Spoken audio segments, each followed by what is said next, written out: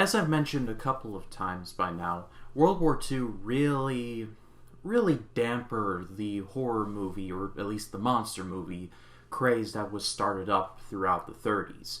People were more focused on the horrors of real life rather than Dracula, Frankenstein, and etc. And the monsters were usually used around this time for comedy, or it was starting to lean towards that way. However, Abbott and Costello Meet Frankenstein proves that that's not necessarily a bad thing. Hopefully you know who Abbott and Costello are. Hopefully you all know the whole Who's on First routine. They are two of the funniest men who ever lived, and I will die on that hill.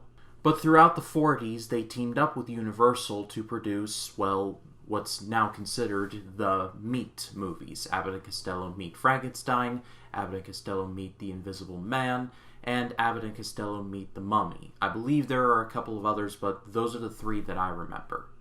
And while my favorite of the bunch is Abbott and Costello Meet the Invisible Man, Abbott and Costello Meets Frankenstein is still really good.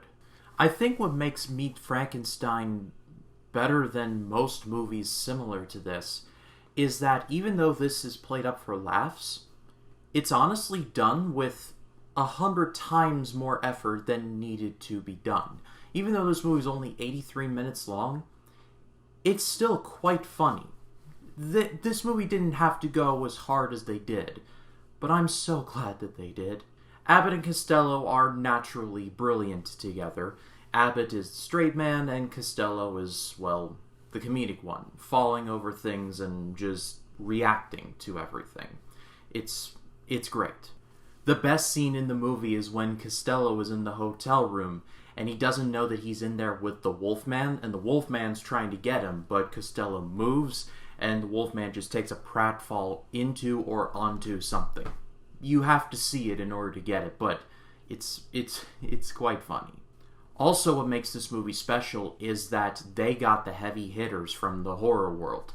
They got Lon Chaney Jr. to play the Wolfman one more time, and probably, most important of all, they got Bela Lugosi in his final turn as Dracula.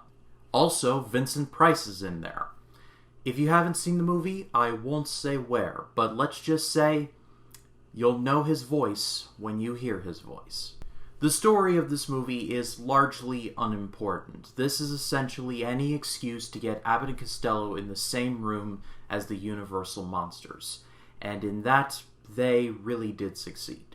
In the first Scarymania, I talked about how Frankenstein Meets the Wolfman was effectively the end of the Universal monster era as we knew it.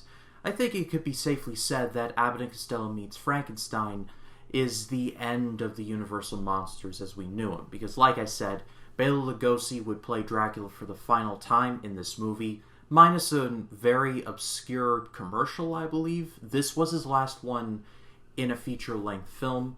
Lon Chaney Jr. would play the Wolfman for the final time here, and Boris Karloff had long gone from the Universal monsters by this point. So this was essentially one last round. And for that reason alone, this movie is a piece of cinematic history. It's a time in horror that we will never see again.